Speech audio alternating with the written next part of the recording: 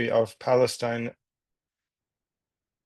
especially focused on the Nakba and the Nakba denial and a lot of the history that's happened before and after. And he's one of the leading new historians, as people like to call them, who've really redefined our understanding and collective memory of what happened in 1948 and leading to it. We are very honored, of course, to have him share some of his time with us today. The format we will walk through is Professor Pappe will give us a talk, share some of his thoughts about his work and the moment we are in history. We will follow that with some questions that I will ask, and then you can also do questions through the chat panel. We will pass them to Professor Pappe through towards the end. So with that, I also want to thank all of our partners who've made this event possible and the team who's doing the tech and all the support.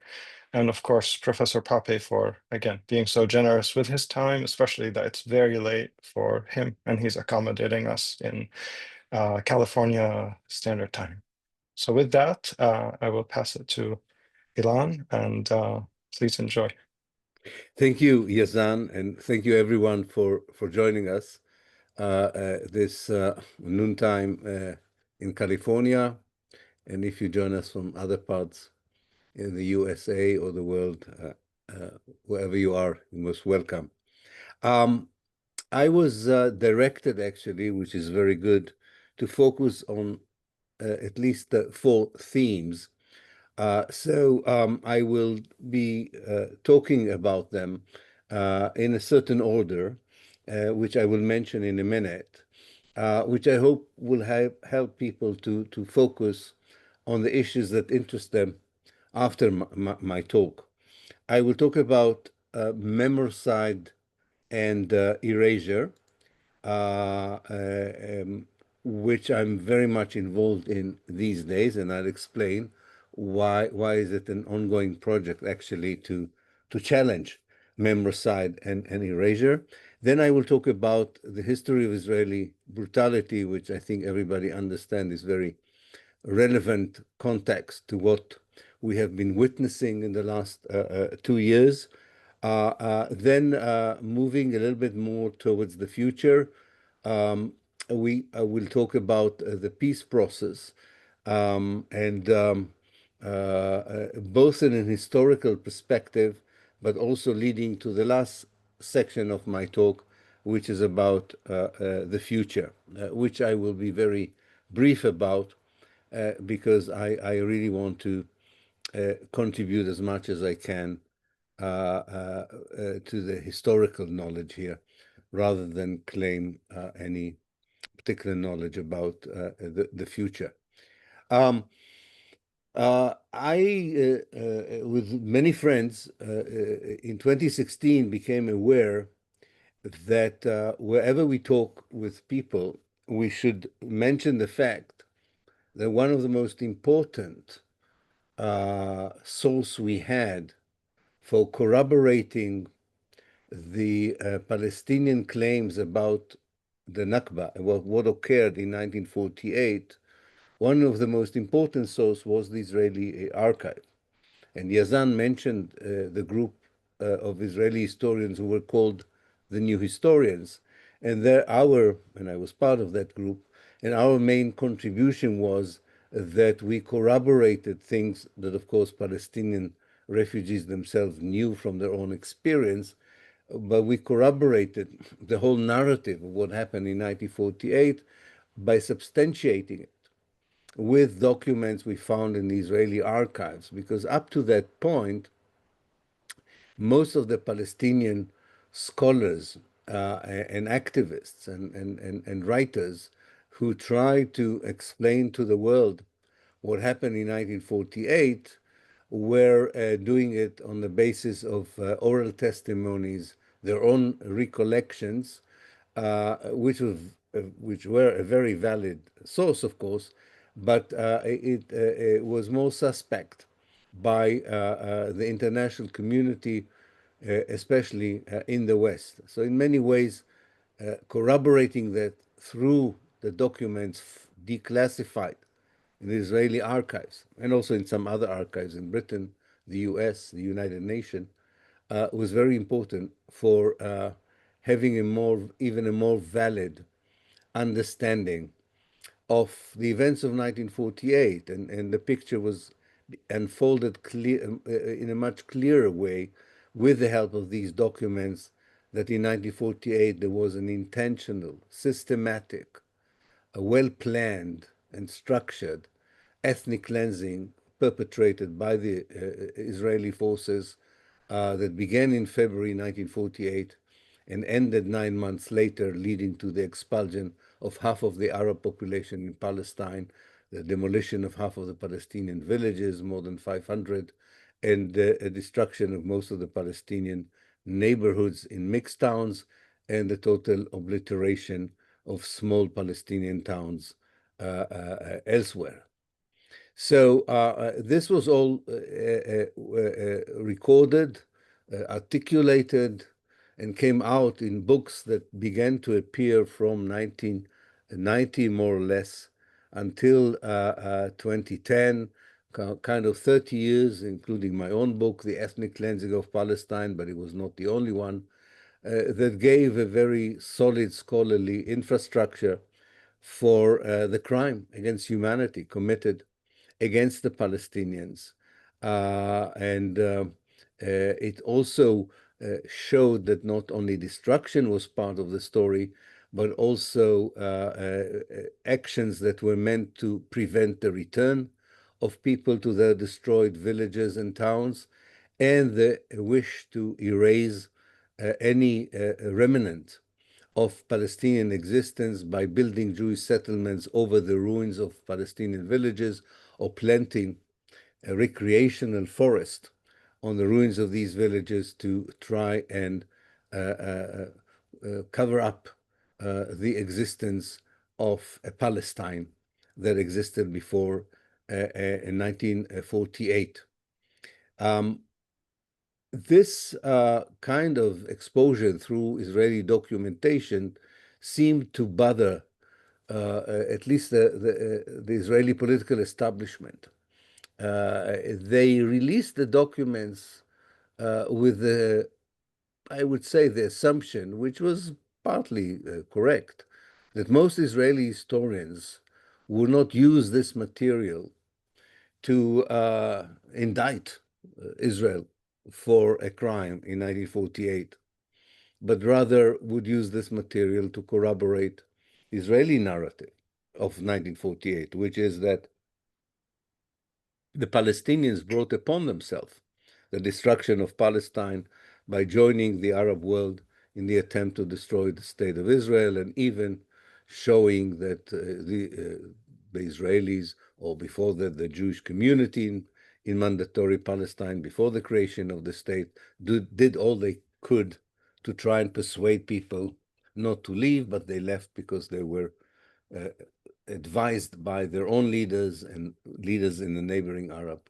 countries to leave the country. But that, even the fact that it was just a handful of work by Israeli professional historians who could clearly see that the documentation bears no resemblance or any proof for that particular Israeli propaganda and narrative, were enough to, I think, to significantly change the perspective in international, especially Western academia, even to a certain extent media and politics, about the events of 1948, and also the relevance of the events of 1948 to what happened afterwards, to the ongoing catastrophe in a way, and giving more credence to the Palestinian national movement's demand for the right of return, and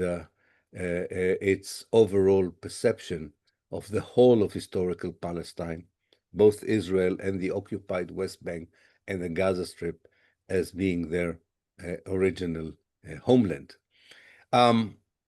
because of that, in 2016, most of the important documents were closed to the public once more. They were reclassified.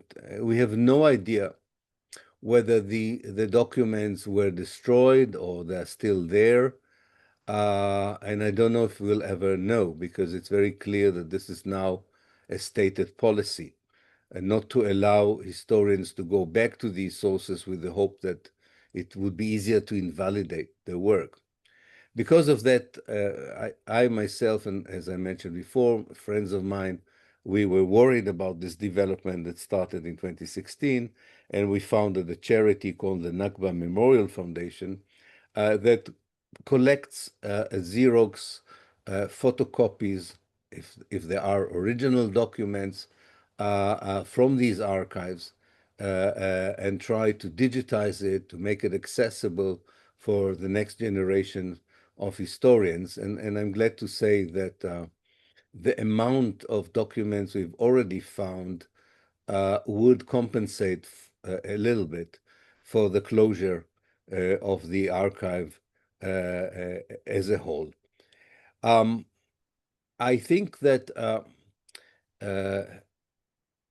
it's probably important to say that we were lucky that after our early works as new historians, which was almost exclusively based on archival material, after that, some of us, including myself and another generation of historians, mostly Palestinians and non-Palestinians, began to fuse together the archival material with the oral history, and that helped to have a much more complete picture of 1948. I wouldn't say that today we know exactly what happened in every village, and that we have all the evidence we need for exposing how structured and intentional every act of expulsion and massacre that took place in the 9 months between February and December 1948 were. But I think we have a pretty good picture, well substantiated both by recollections of people, oral testimonies, private documents that Palestinians have in their homes or in the refugee camps, and, as I say, the quite substantial number of Israeli documents that we were able to unearth in time. Now, the question that people ask, can the same happen to the genocide in Gaza? Which is a very good question. I mean, that's one of the reasons we're looking into history in order to understand the present. And I would say, I would even expand the question, can the same happen to whatever happened between the Nakba and until today? I would want to say two things about it. One is, and that's a very,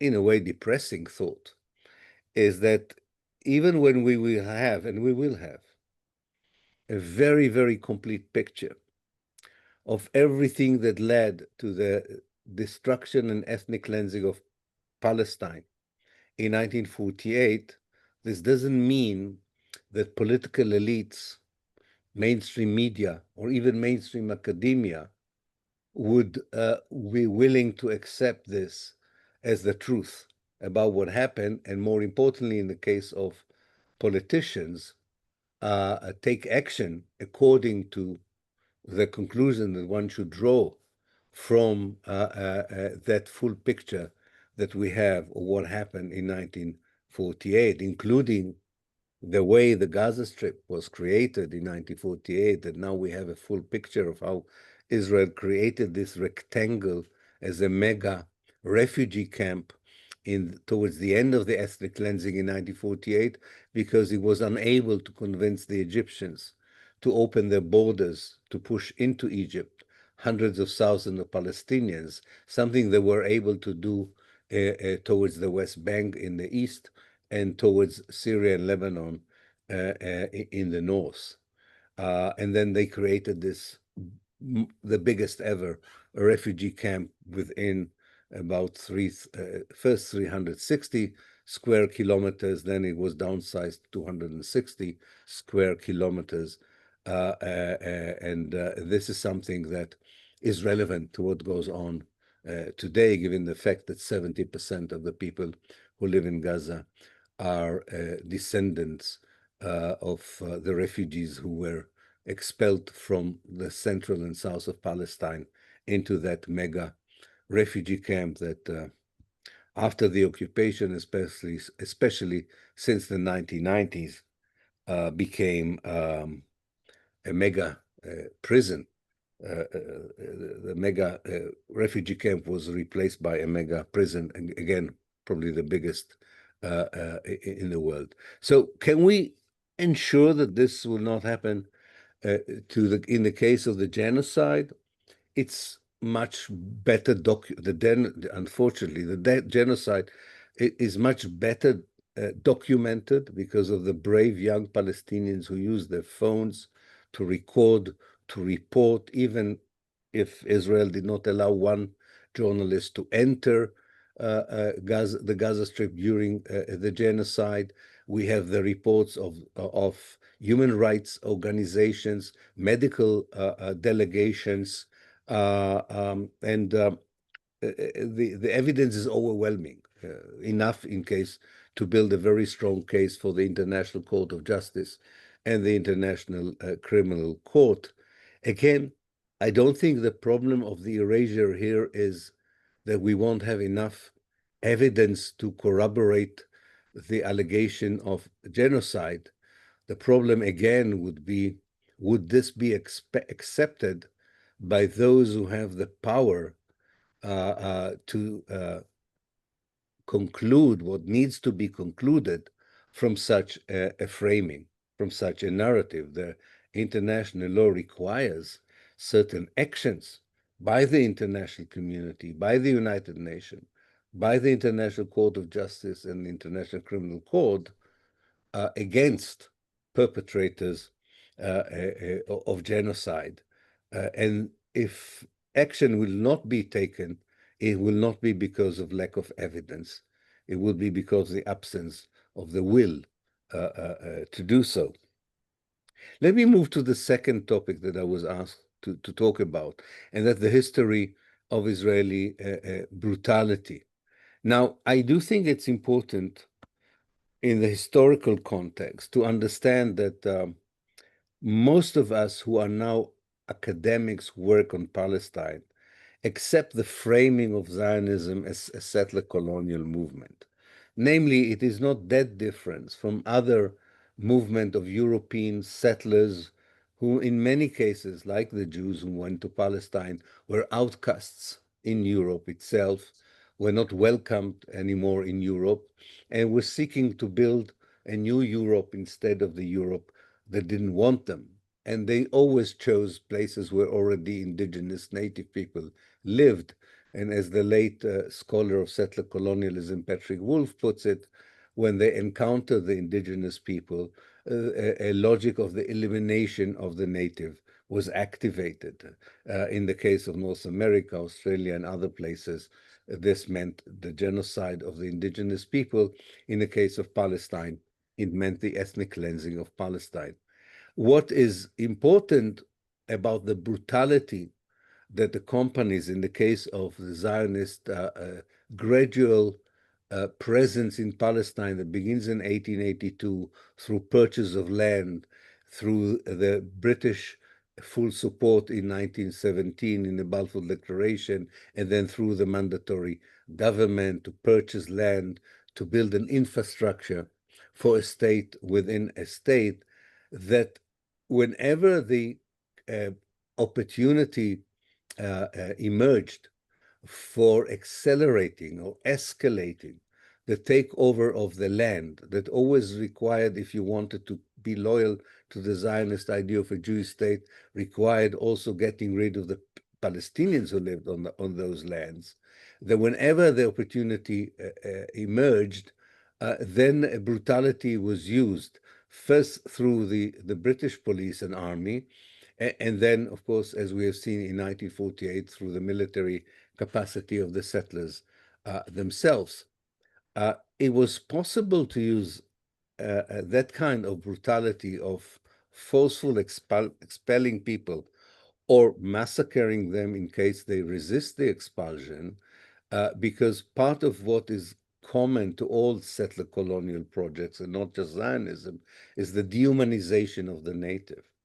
The moment you dehumanize the indigenous population, the road for committing crime against humanity or war crimes against them is very short, because, for example, a Palestinian village in 1948 or a Palestinian refugee camp in the Gaza Strip are not regarded as a civilian space, but as a military base. So everyone who's there is part of the enemy's army, whether these are toddlers, old women, or armed young men. They're all considered part of the enemy that you have to fight to defeat, and you defeat them by shooting them, killing them, wounding them, or taking them as prisoners of war or captive them.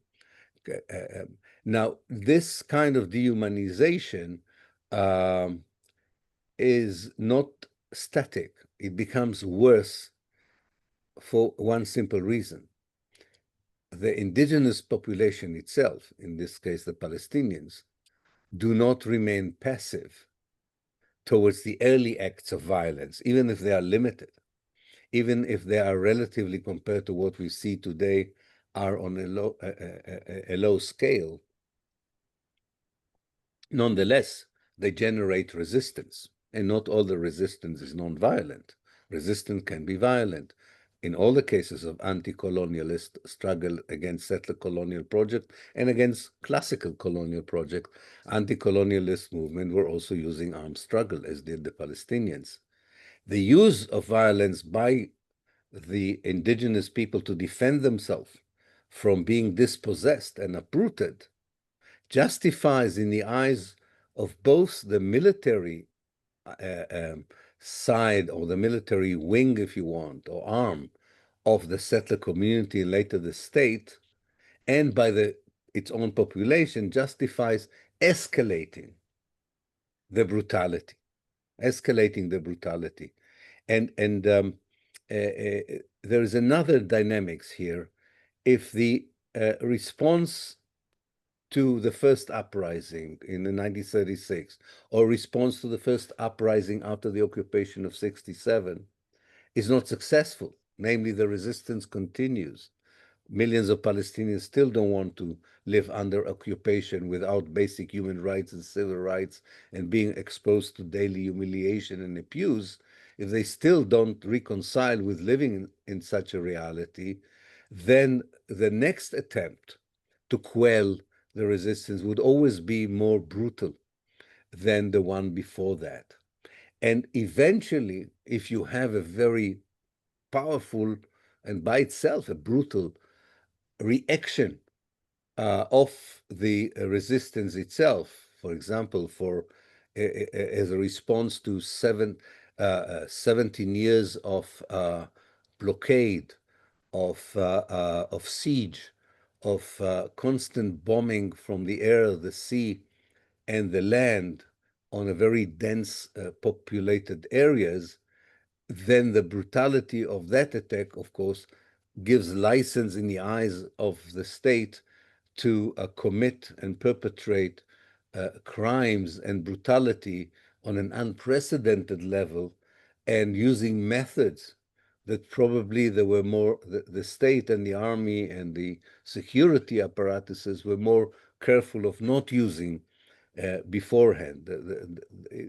All inhibitions are being removed. Not that Israel did not use horrific lethal weapons in 2014, for instance, and we have seen all the results in the wounds of the children of Gaza already in 2014, but as we have seen in this last genocide, that was even escalated more in terms of the brutality. The one important thing to say about that brutality, that it's not considered by most of the public in Israel as brutal. That is very important. Not only the dictionary that includes terms such as genocide, massacre, war crime, crime against humanity is not at all accepted either by the legal system of Israel, the judicial system, the mainstream media, and unfortunately most people of the Jewish society. There is this filtering, even if they are exposed, and they were not exposed that much in the last 2 years to what was going on in Gaza, the filters work in such a way that it's all is seen as an act of self-defense. You know, one of the, and I'm sure I'm not the only one of the picture that is engraved in my mind and cannot leave me is the photograph, the beautiful photograph of 5-year-old Hind Rajab. I'm sure you're all familiar with her story. The 5-year-old girl who 6 members of her family were killed, and she was talking to people in the Red Cross in the West Bank, trying to save her life until she was killed. I happened to be in Israel when this was aired, when this was uh, almost on every outlet of news. And I don't remember even one neighbor, one people I know, I mean, not as friends, but people in the neighborhood and in the society who were moved by the story. It was all about manipulation, propaganda. They deserve it. We're not responsible for it. The problem with brutality is not just the brutality itself, but it's the legitimization of that brutality. And again, by refusing to call it brutality. And this would require a very, very hard work if ever we get to a moment in history when we will talk about reconciliation, building something different in the future, the kind of deprogramming that would have to take place in order to confront this dehumanization that allowed, in the first place, the brutality on the ground, and in the second place, the justification and legitimization of that brutality. That would be quite a tall assignment, but it happened. It was required in other cases of reconciliation in the past. So I hope, for the sake of everyone, we would be able to overcome this in the future. So let me say something about the future. As people know, I've just published a book called Israel on the Brink, in which I do feel, as an analyst, not just as an activist, that there are indications that the Zionist project is beginning to collapse, to disintegrate. I see two kinds of processes that lead me to this scenario that, of course, for some people would be very positive. Some people will find it quite alarming. Some people would be worried because there's a lot of unknown about disintegration and collapse, as we have seen, for instance, in the disintegration of Syria and Libya and Yemen. But I do believe that the processes are there. And as I said, there are two kinds of processes that lead me to feel that I'm already detecting these undercurrents of change that are not easy to detect. And I don't think they are visible for everyone, but I do believe they will accelerate and intensify in years to come. One type of such processes is the ones we have very little influence on and really are not for instance, are not related to what the Palestinians do or don't do. For instance, there's an internal implosion of the Jewish society because of the basic inherent contradiction of the idea of a Jewish state. It doesn't work. And the different interpretations are not anymore a topic of academic debate. They are fought in the streets because they affect the public domain, the legal system, the educational system, the freedom of people, including secular Jews who may not cherish these freedom when it comes to the Palestinians, but do, in many, of course, cherish them very much for their own sake. And there is this struggle that is really weakening and imploding the society from within. There is a clear sense that we're talking here about a state that, given its political orientation, would be in a perpetual reality of conflict and military conflict. And this would have huge economic impact on the state, even if wars produce requests for more military industry, and you can somehow keep the economy from arms sales and arms industry and security industries. It's not enough to maintain the economic needs of society, where the gap between the haves and have-nots has been growing significantly in the last 10 years. There's also the exhaustion in the army and the fact that the American taxpayer would be asked to triple at least the annual support for Israel in order to maintain that economy. So this is something I'm not sure we can contribute to, but this will be very important. What we can, the processes that are important, that are leading, and we are not just watching them, and we are part of them, is the international isolation of Israel, the growing isolation, not by government, it's true, more by civil society, but there could be a point where the civil society position would eventually influence the positions of governments. In a way, the move from boycott to sanctions. There is the change in the position of young Jews, especially in the United States, about Israel, which is a very formidable and important process. None of these processes by itself has the power to collapse, to bring down, to topple a regime or to change a regime. But these discrete processes can fuse together in historical moment, as happened in the case of similar collapses in history. And then it accelerates and fuses together and becomes a very powerful, transformative a moment. There are also processes that are connected to the Palestinian younger generation ability to reunite, to overcome fragmentation, to have a clear vision for the future, which the political factions nowadays don't have, and present a much clearer demand from the region and the world about what needs to be done in a post-colonial Palestine, including how to view the millions of Jews who would live in a decolonized Palestine. This will require also, and this is another process people are taking part in, for instance, a very important strategic change in the way the Palestinian minority in Israel sees its future, whether it is really profitable to continue and play in the Israeli political field, or maybe they should move to the Palestinian political field and help to reunite, reorganize a liberation movement, a national movement that would be in the driver's seat, something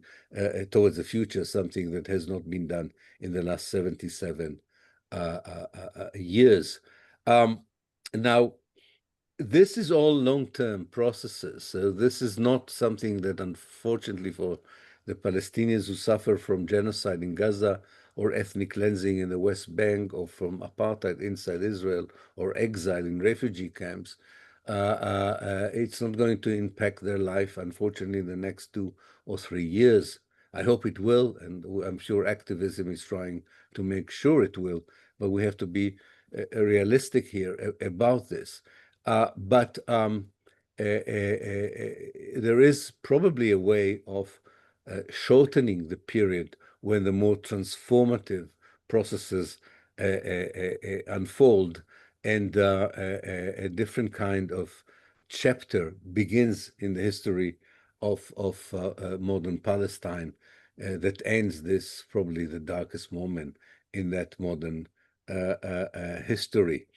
In that respect, the Trump program, the conversation about the day after that we begin to hear from Western politician is not a proper peace plan, and is not going, of course, to lay any new foundation for reconciliation or the end of occupation or the end of the ambition of the present Israeli ideological and political elite to continue gradual ethnic cleansing of Palestinians and expanding Israel maybe even beyond the borders of historical Palestine. But hopefully it brings some sort of a lull in the fighting, in the bombing, uh, allows some reconstruction of building, although this is not just to you don't have just to reconstruct the buildings that were destroyed. You have to deal with the intoxication of the air, of the water, everything that goes along with such a monumental infrastructural destruction. So, when people ask me, should we not be part of this process? And I said, yes, but just don't mistake what this process is. As the same is true about convincing diplomats or governments to recognize the state of Palestine. It's important to recognize Palestine because Israel is doing all it can to deny the existence of Palestine as a people, as a nation, as history. But again, you have to know what you are recognizing. You are recognizing, at best, a small Bantustan with very little sovereignty and under the Israeli control. And you can't really say that this is any kind of solution for 120 years of colonialism, oppression, ethnic cleansing, and genocide. So I would say that to round up this presentation is that the historical documentation that we are looking for is important because we are still in the same chapter that began in 1948, and we need to substantiate it. As scholars, we would like to continue to substantiate it, to make these documents accessible, to show that this is intentional, that it's part of an ideology, to show that that ideology is the main obstacle for peace, for reconciliation, to explain that there is a certain process of collapse that if it's not going to be, will create a void that if it's not going to be filled by positive ideas, constructive ideas, by a united, organized Palestinian national movement that could lead to more chaos, to more bloodshed. So I don't think you can ask people in Gaza to strategize now, but Palestinians exist not only in Gaza, they exist all over the world, and with the help of the Solidarity movement, probably are able and should be able to provide an alternative roadmap to the future, a vision, an imagination. There are already millions of people who would go along with this around the world. And we just have to find a way how to make this positive energy influence policies from above so that we will begin to see the results on the ground in Palestine. So I think I'll stop here. Thank you for your attention. Thank you so much, Professor Pappe. So much to observe and think about. We're very grateful to have you with us. I wanted to pick up some of the early things you talked about the documentation that's available now from the Gaza genocide. At least for me, what I've noticed in studying a lot of the history, having photography and videography available does play a big emotional role in how certain events are preserved in our collective memory. Some of the images from Vietnam are still circulated today. Others from the invasion of Beirut in 1982. The Nakba, unfortunately, maybe had less of that kind of documentation, and I think for better or worse, like you said, the brave journalists from Gaza supplied the world with so much material that's going to be impossible to erase. And maybe my sense of optimism looking ahead at why it's going to be uh, easier to realize accountability for the genocide, which is important. I think part of the Nakba erasure has been that there's very little accountability for what happened. And as far as the Gaza genocide, that will be a little bit more difficult and to do given the ample evidence that's very visual and graphic that is seared in most of our memories for the rest of our lives, and especially the younger generations who are being first introduced into the whole history of Palestine through this entry point. So that in a way does give me hope. And I know historians don't like to get into counterfactuals, but I wanted to ask you, if these technologies were available during the time of the Nakba, um, do you think we would have landed in a different trajectory in time and space? Or do you think the powers that be that supported the creation of Israel at the time would have still managed to sway the public opinion and erase all of the Palestinian narrative from it so completely that we would have ended up in the same place as we are today? Yeah. I don't think so. At the time in 1948, there were quite a lot of emissaries of the Red Cross on the ground. There were journalists. All the leading newspapers in the West had correspondents on the ground. I actually traced some of their reports, which were not published in the newspapers. Hmm. The Red Cross did not publish its reports because it was had a guilt complex about its lack of action at the Hmm. time of the Holocaust. We have to remember these. We're talking about 3 years after the Holocaust. Hmm. The Museum of International Red Cross in Geneva, until recently, did not mention the Nakba as a human-made catastrophe. So the denial is not because of lack of technology. Hmm. The denial is because in 1948, those who knew, and a lot of them knew in the West, what was going on felt either because they were racist, Islamophobic, Orientalists, or had this, they felt that this is something they can tolerate, or they convinced themselves, as they used to say, that this is a small injustice that is meant to rectify a much larger injustice.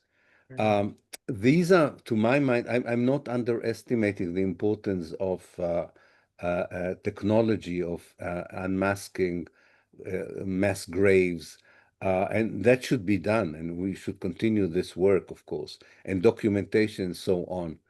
I'm afraid that what the Palestinians were facing was not a lack of evidence of what happened to them, but a lack of empathy to what happened to them.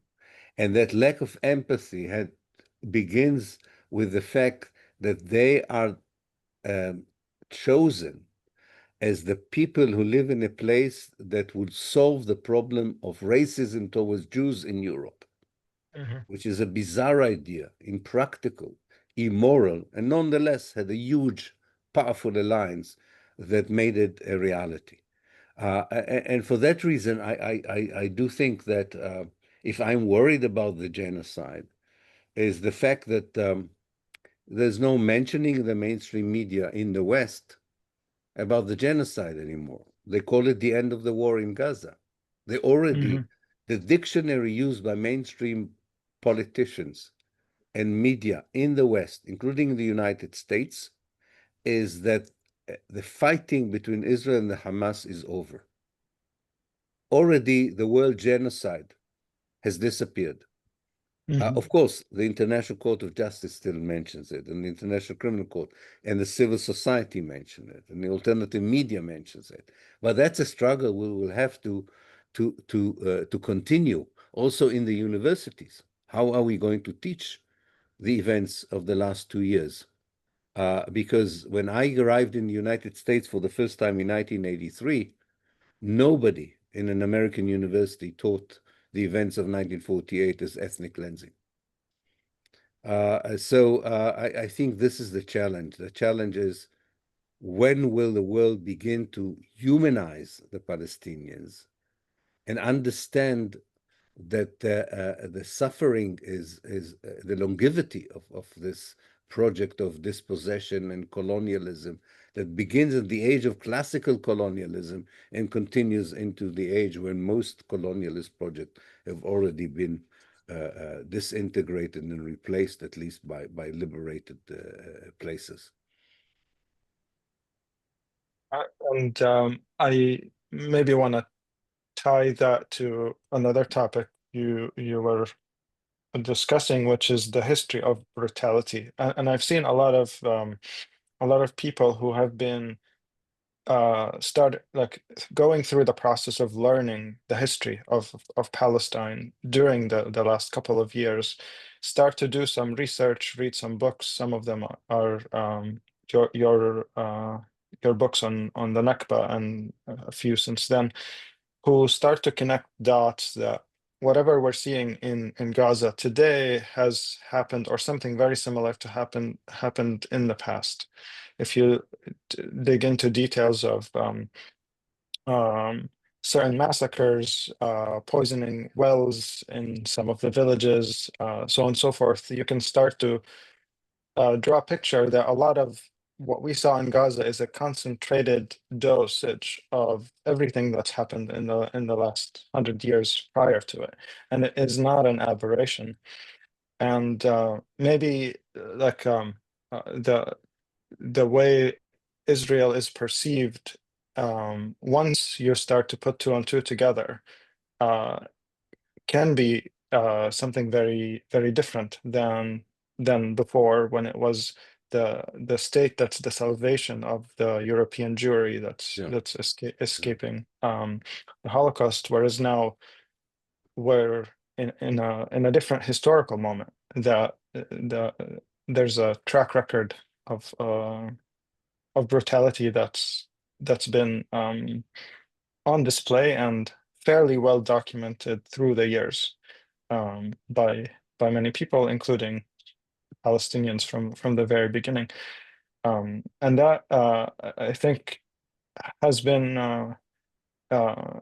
illuminating to even go back and look at the oral history of Palestinians from even after the Nakba, a lot of the experiences after that, and to start to feel there's a lot of truth to some of it. Of course, oral history is something that a lot of people question and doubt, but once you triangulate enough stories from different villages, different narratives, it could become a very powerful tool. I know Noor Masalha has done quite a bit of work on documenting and talking about oral history of the region. So I guess in some sense, the perception of Israel seems to be hard to recover from, even if the mainstream media tries to frame it this way. And not I have a bias towards technology because a lot of my education and work is in that space.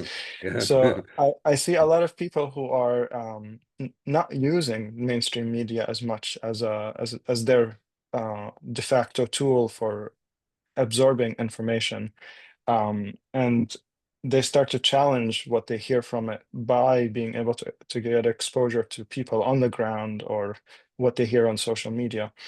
And perhaps that again gives me the glass half full perspective that there is a chance that we will be able to gather larger amounts of global solidarity moving forward because of the public awareness that's being built as the backing of Israel as a state and an idea that's an ethno-state in that region starts to get more and more questioned by people across the world, as apartheid South Africa has done, or it has faced.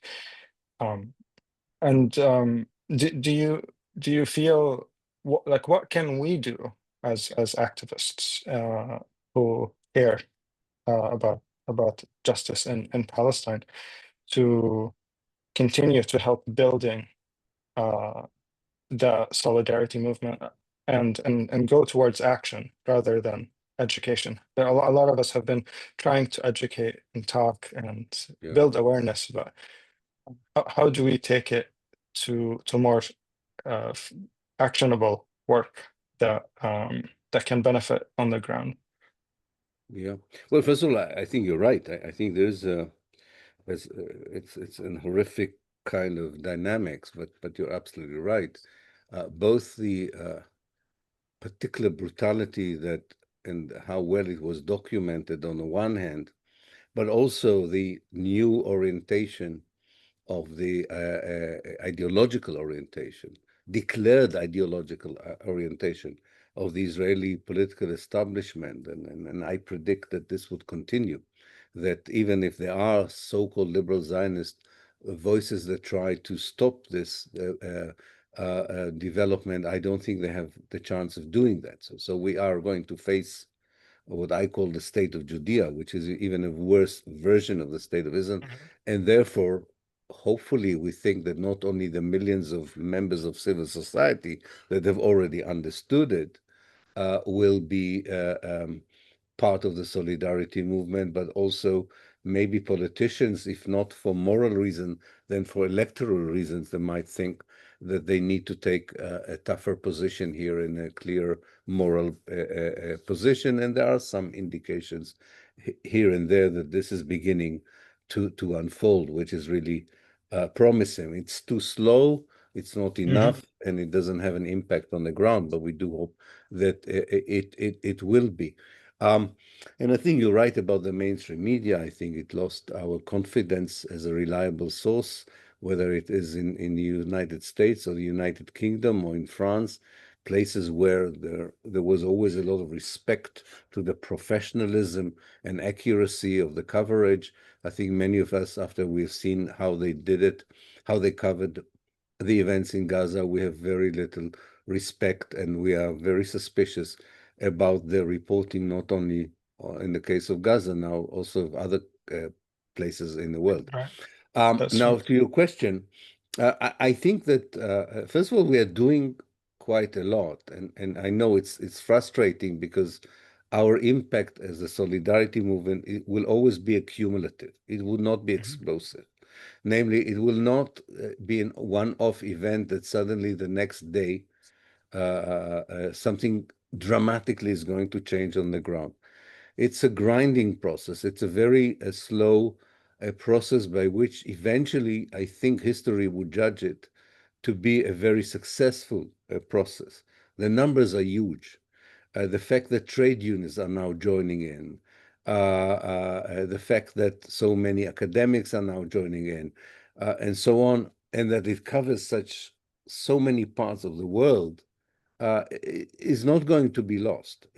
The problem is that this is not good news you can bring to Gaza tomorrow by saying, it's the movement is swelling, the movement is increasing, and so on. So I would say two things. It's clear to us, I think, that we need to think what is the best tactic vis-a-vis the people who can change the situation not in 25 years' time, but in the next 5 years. For that, we have to be less purist. We have to be more pragmatic. It's not easy. You have to collaborate with institutions and people, which many of us find quite repulsive, maybe even, or or quite uncomfortable to be in dialogue with. But I don't see an alternative for that. That's the first thing. Secondly, we definitely have to radicalize and escalate some of the things that we're doing. It's very clear that we have not yet uh, dent put a dent into this shield of immunity that protects Hmm. Israel. Uh, I think that's how the encampments were born. I don't know what is the next step, but it should be something similar, um, and um, and continue the cumulative effect because sometimes it accelerates. It Hmm. accelerates. So I don't think I don't know one Palestinian who has a complaint about the solidarity. Oh, I really? remember talking to people in Gaza after the first 1 million demonstrations in Italy, and they said to us, for a few minutes, it gave us a lot of hope. They didn't over dramatize it. They said the next day was terrible, but for one day, it Hmm. gave us hope, and it should give them hope because I don't think it will dissipate. I don't think it will disappear either. Um, so I don't have any magic formula for the solidarity movement, but I do believe that we should be able to do more in the level of legislation, politics from above, and even counter more forcefully in a more radical way the mainstream media Hmm. and its lack of moral backbone when it engages with Palestine.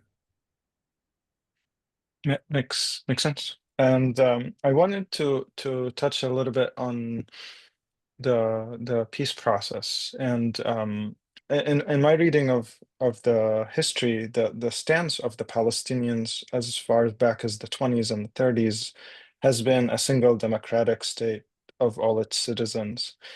And there was a moment of capitulation that the PLO leadership decided that they want to give up on that idea and fall in line with the American preferred path of a two-state solution, um, and which led us to Oslo, of course, which to me is one of the darkest moments of Palestinian history in looking at Oslo, um, the genocide in Gaza and the Nakba and the Six-Day War are up there, but I see Oslo in a similar light as far as the historical impact it had in the long run. And to me, it ties to a point you brought up, which is fracturing the Palestinians into different groups. Um, Particularly now I'm part of the diaspora, even my family is still in Palestine, but I feel the distance when uh, talking to uh, Palestinians in the diaspora who were in the diaspora prior to Oslo. They used to feel more connected, more that the PLO spoke for everyone, and there was a sense of we are one people. And Oslo came in and divided us into three, four categories. Even West Bank and Gaza almost felt disconnected. And how do you see the the process to reform or dust up the PLO and reinvent it, reinvigorate it? As is that a possibility? A lot of people who have thought about this question get stuck on the pragmatic aspects of the PLO is officially recognized by other states and bodies in the world, and we cannot dismantle it because you lose that.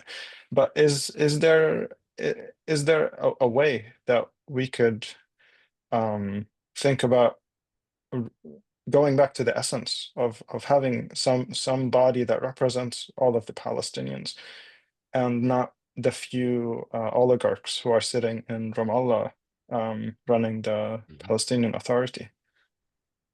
Yes, I do. I'm hopeful about it. I think that people don't realize sometimes that the Palestinian society, wherever it is one of the youngest in the world. And there is a difference in the discourse of the younger Palestinians about vision, organization, future, and the older generation that is stuck in these factional politics, fragmented politics, disunity, and so on. And of course, part of it is collaboration, part of it is succumbing to directions from the Arab world or from Washington. Um, but I don't feel that this is characteristic of the younger Palestinian activists who are very well educated, are very committed, don't have the problem that the older generation had, which were physical barriers between the different Palestinian communities. They could not easily communicate. The internet, in this respect, is a great help in creating an easy conversation between Palestinians wherever they are about organization, the movement, and the future. Um, so and tapping into some of that conversation, I feel that there is a united vision for the future. I think it is about one state. I think it is about turning the slogan "Palestine should be free from the river to the sea" into a real program of decolonization, and of course the right of the refugees and their descendants to return. It's also part of this. I think it's also much more aware. There's more awareness of the connection between what happens in historical Palestine and what happens around historical Palestine. The fact that the political structures that were built in the First World War included the State of Israel, but also included other states that are not functioning too well, to put it mildly. And therefore, there is a connection with the younger generation of people who are activists in Syria, Lebanon, Iraq, Jordan, and Egypt about the future. My feeling is that we are still there's still a bit of mileage to to to cover, especially on the issue of organization. And we saw it in the so-called Arab Spring. There is a very healthy disdain towards structures and organizations because they bring with them hierarchy and potential for corruption.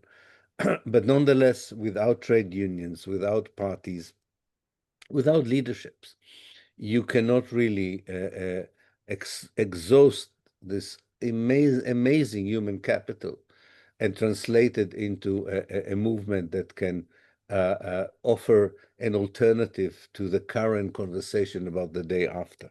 So I think there's a lot of work to be done to right now, not to wait, to explain how to implement, how the right of return would be implemented. What would the Palestinian offer the millions of Jews who would be in a decolonized Palestine? What would be the economic and social structures of this decolonized Palestine? Do we want to go back to the big landlords of Mhm. pre-1948 and give them back half of the territories that they had?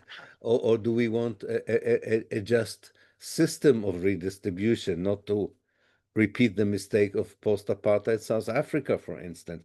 People say to me, "Oh, come on, there's no need to talk about it now. The only need is to end the occupation, the oppression." But we can see that every time that this is happening, someone else is doing the conversation about the future, not the Palestinians, and that is wrong. And I don't think action can not be derived just as a reaction to oppression. It also has to derive from a plan, a scheme, ideas, imagination, even imagination. But I'm optimistic because it's happening. I just described is not in my mind. It's Mhm. something that I'm trying to reflect to you and the viewers some of what I read and listen to among the kind of highway of conversations that populates the internet about that. I'm just looking for the moment it will gel into an idea. You want to revise the PLO? You want to create a new Congress, a new movement that would include the 48 Arabs and so on? I mean, sometimes you can unpack these big issues into more practical questions and answers them. I gave some of the answers based on conversation with Palestinians in my new book, Israel on the Brink, but I just listed some 8 questions that have to be answered for this to become a reality, but I'm sure there are many more that I've overlooked. And we are already over an hour, so I want to make sure we start to get some of the questions from Questions, the yeah, that would audience. be nice. Yeah. I think Mona is starting to filter some of them out to me. So if anyone in the audience you want questions, please send them in the main chat. We'll try to answer as many of them as possible. One question that looks to be a theme here is how important is it in your mind to focus on framing or describing Israel as an apartheid state? Um, and how it ties to, again, the disaster that Oslo was when we saw South Africa, apartheid South Africa, lose a lot of support in the world, and uh, that system was ended, whereas in Palestine, we ended up with further entrenching apartheid in the same historical moment. Do you think there's, as the usage of that terminology is something that resonates with people, and should we continue to emphasize uh, pushing for equality for everybody and stopping the apartheid as opposed to, say, the word occupation or what have you? Yeah, I do think language is very important. Framing is very important, not just of Israel as an apartheid state, framing the events of the last 2 years of genocide, framing 1948 as ethnic cleansing, framing the Israeli policy since 48 as incremental ethnic cleansing, especially in the West Bank since 1967 until today, even if sometimes it's just individual expulsion, but it accumulates. Um, yes, I think these are including colonization and settler colonialism. Language is important, not just because the pen sometimes is mightier than the sword, as the adage goes, but because it really carries with it a call for action. And one of the things I remember, I had this conversation when I decided, I probably was, I don't think I was the first, or I wasn't, it doesn't matter. But I remember people saying to me, why don't you call the Nakba Nakba? Why do you insist on calling it the ethnic cleansing? And I said, because the Nakba doesn't carry with it a call of action. And ethnic Mhm, cleansing does, because it is a crime. And I'm mhm, calling for the crime to be acknowledged and rectified.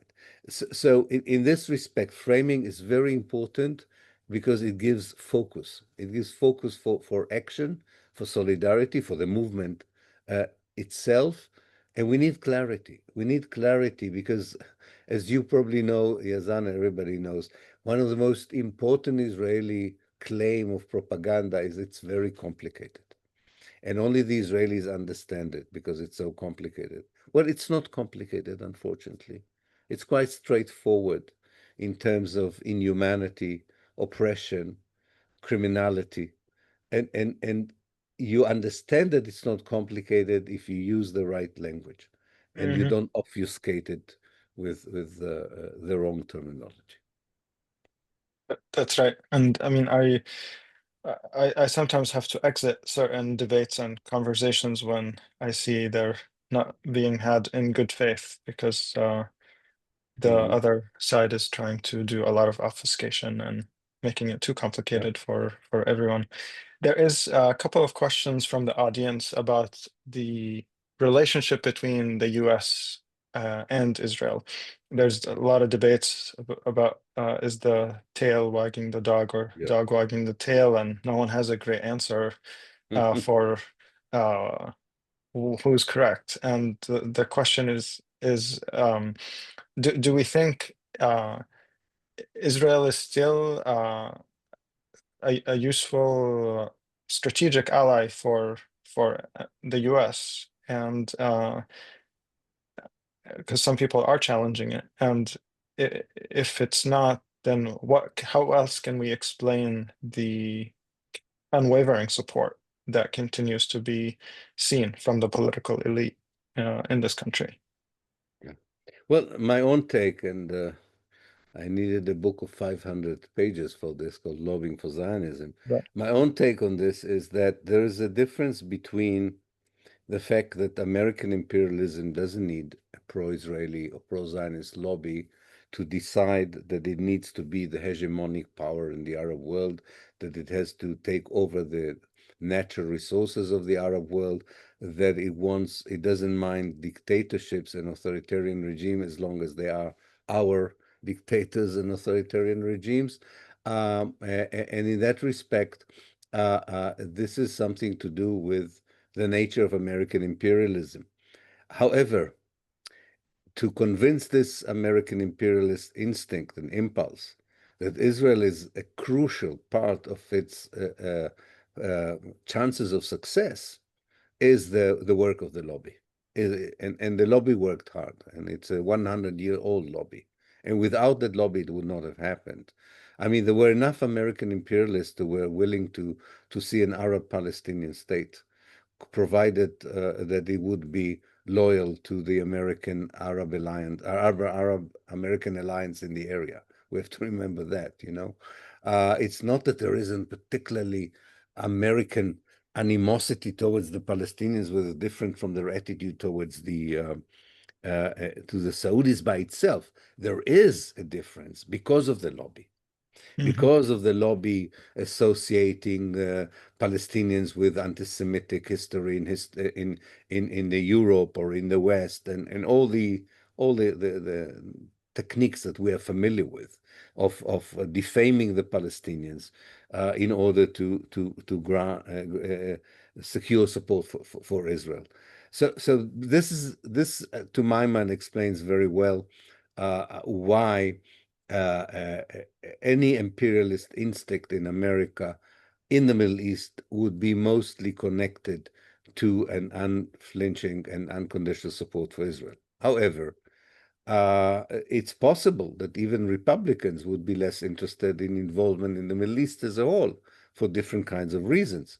Not necessarily because they want to support the Palestinians, but because an economic crisis in the United States. America is also has an isolationist DNA in it, and so on. I wouldn't take a determinist view about American policy. And there is also a new global constellation. America is not the only power, despite of what President Trump thinks. He's not the only power in the world, and the other powers are a bit more sophisticated in their attitudes towards Palestine and Israel. It's not the same attitude. So one can be a bit hopeful about it in the future. I'm actually much more worried about military industries, security industries, Mhm. multinational corporation that see Israel as a bonanza. But I do, and militarized Israel is not something that runs against their interests, unfortunately. So I think fighting against armaments and military industries and offering workers alternatives to their places of work, because we don't want them to lose their places of work. All that is part of what I would call the left that needs to be far more active on this in order for us to confront this. But there are possibilities here that were not there before. We are living in an age of populism and the rise of right-wing and fascist parties in the West. That is true, but history is cyclic and not linear. And one of the reasons that these particular political forces do not hold on for too long, uh, although it would be too long for us who live now, for not too long, is because they're also incompetent economically in running affairs of societies as a whole. And people would go for alternatives, as we do hope they will do today in New York. Yes. And do you think, like looking at the US in particular, we haven't seen as much in terms of the protest movement if we compare to what happened in Europe? Do you think some of it is related to fear of this populist government that is here, or is there more to it that makes it harder to mobilize Americans to m- disrupt the system for a foreign issue? Well, it's a bit like Germany. Yes, it's people are fearful. It's not that Mhm, people are indifferent to the mhm, suffering. They're fearful. They can lose their jobs. Some of them have lost the job. They can even be jailed. They can be brought to trial on charges. Um, Palestine needs courageous people. yeah. Palestine will not be effectively helped by a solidarity movement that is not made of people who are willing to risk something for the sake of the salvation and liberation of Palestine. You cannot uh, contribute significantly to Palestine if you stay in your comfort zone and feel that maybe there is a nice way of doing it without at all taking any risk. Mhm, mhm, Um, and I'm not blaming anyone who doesn't take a risk. I'm just saying to people, if you are part of that solidarity movement, it's part of the story. It goes with the territory. So yes, in some, it's in some countries in the West, it's easier. The price is lower.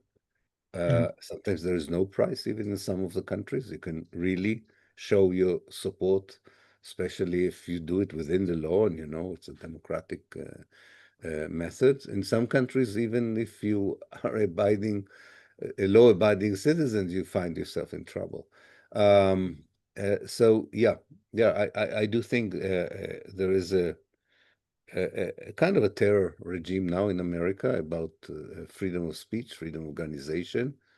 But it's a huge continent, and I hope that municipal elections, midterm elections, so on, will bring to the fore not just people, but also politicians who mhm, understand.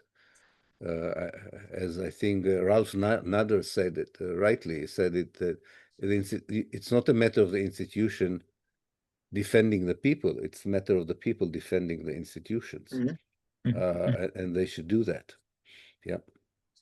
And I want to end on the last question here, since we're way over your time limit. Do you have any plans to visit the US in the near future, particularly the Uh, Bay Area? Would we be lucky to have you here?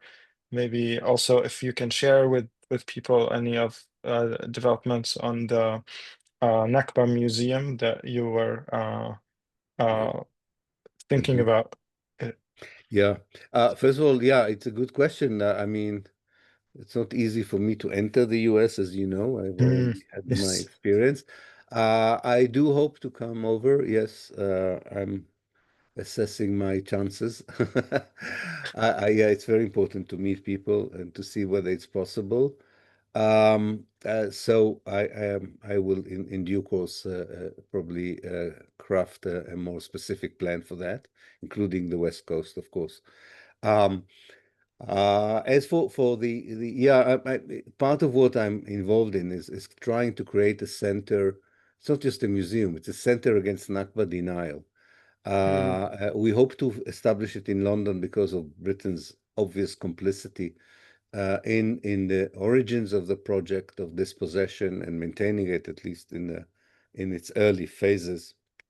And we think it's very important that people would understand that denying the Nakba is denying the humanity of the Palestinians, not only of those who were the victims of the Nakba of 48, but those who are the victims of Israeli policies today. And we hope to have an archive instead of the archives that has been closed, the library, workshops, scholarships for young academics to work on it, exhibitions, and so on, just to make sure that politicians, mainstream media would understand that this is just not an intellectual interest of something that happened long time ago, but we want to really accentuate the Palestinian term al-Nakba al-Mustamira, the mhm, ongoing Nakba, and to mhm, explain to the West that this ongoing catastrophe is possible because of the West, not just because of Israel's military strengths, the Zionist ideology. It's all part of it. the Arab regime's indifference. It's all part of it. But the West is not only complicit in allowing it to happen, it has the power to stop it. Mhm. And we would like very much to do this. So I'm very hopeful that we will be able to do it. And of course, this is not just for me for the next few years. We hope that this is a necessary institution until it won't be necessary, I hope. And it could be moved into a free Palestine as a museum and memorial rather than part of an active struggle against denial and for protecting the Palestinians. And with this, I would end by saying that one of the main theme I'm trying to convey with the very few meetings that I have with Western politicians, unfortunately, I don't have enough of them. They don't always want to meet. But with those who are willing to meet, I keep stressing the fact that their idea that their role now in history is to mediate between Palestinians and Israelis is a very wrong idea. Their role, I keep saying to them, is to defend the Palestinians from further destruction. Not an easy message for them because we talked about the need to be courageous in the solidarity movement. We need some courageous politicians because the moment they adopt this position, Mhm. they do risk their political career. But Mhm. hopefully, there are enough politicians who would show them that actually not only they don't risk their political careers, they earn the respect because so many of us have very little respect to our politicians nowadays. That's a great way to end this Thank you. discussion. Thank you so much. We really Thank you. appreciate having you with And us. thank you That's all been for being there and for inviting me. Thank you. no, Thank you so no, much. Thank thank you. you so much. Okay. Bye-bye. Bye. And for those in the audience who still have questions, you would like to learn more, we will stay for a little bit, a few more minutes. Please pop in your questions or comments. And I want to thank all the team that helped make this happen. Really amazing tech support as well as moderation, help with the questions and advertisement. Amazing. Thank you all, especially Mona, Nassim, Heather, and Michelle. Thank you.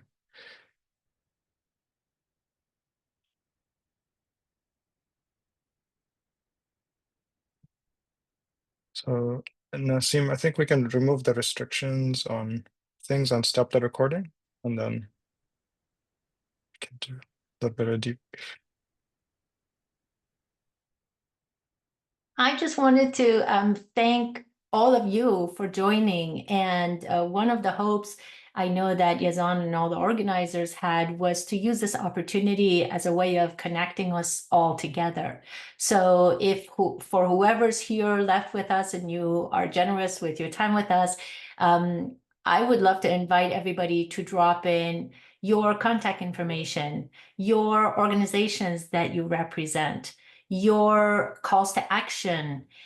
This is a way for us to connect around not just one issue that binds us, but liberation and justice are overwhelmingly covering a lot of issues that we all have concerns with. So, I've put in some information about the Green Party and our California candidate for governor who's running, Dr. Butch Ware.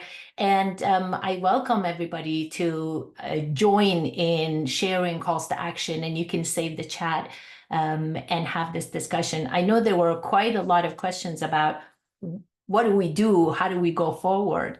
And I guess my two ways to go forward have been three ways: to connect with you all, to connect with everyone who's out there, working towards justice, not just for Palestine, but we all know that everything's interconnected in our own cities. We're facing the same brutalization that empire will bring back. And two is support candidates that are grassroots. Money is behind all of this, as we all recognize. And three is actually to not only connect with you all, but to work with you all. And BDS is one way we can support hurting the Israeli economy, which means the Israeli citizens who may have more control over their own government than we as individuals do, can also see the damage that their brutal government is doing to the rest of the world, as well as to their own lives and their own pockets. One more thing that I see so inspiring and very effective is when 3 or 4, 5 or 6, 10 or 15 people show up to these town halls, like my friend Sean Darty, who is running for Congress in California District 19 does, to Jimmy Panetta's office, who is completely an AIPAC bought candidate, and brings his friends and followers to his office, and they write letters and they confront these elected officials who are bought in ignoring the request and the desire and the values of their own constituents. Thanks so much. I took so much time, but everybody can unmute themselves if you raise your hand and make comments and share your calls to action.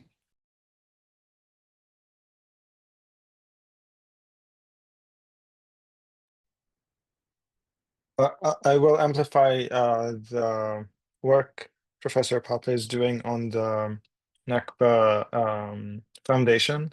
I do think they are fundraising to get a center, and it needs quite a bit of money. So if you are somebody who can be a donor or know people who may be interested in contributing to this type of effort, please reach out. We can figure out how to connect you with Professor Pappe.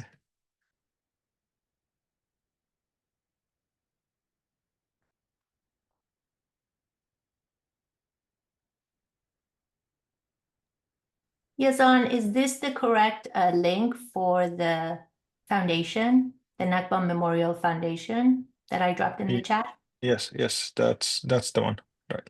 So Thank they're you. trying to make a physical place right now. It's digital, and I know they need some funding to get to their goal.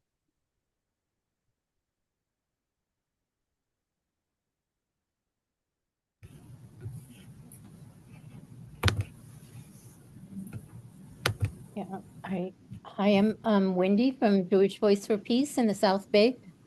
And we've been working on in a number of different ways on state laws, and we're still trying to get calls and emails into our state senators about 771, which would impose censorship on social media about Israel-Palestine, anything critical of Israel. So we don't want the Senate to override the governor's veto of it, and that is in the works right now. So it's important to get calls in on that. And then also, we try and support BDS actions, and there's a call this Thursday to pack the Santa Clara County Finance and Government Operations Committee meeting, the Santa Clara County offices on Heading Street, to demand BDS from companies like Chevron. So that would be another time that would be 2:00 this Thursday at the county offices.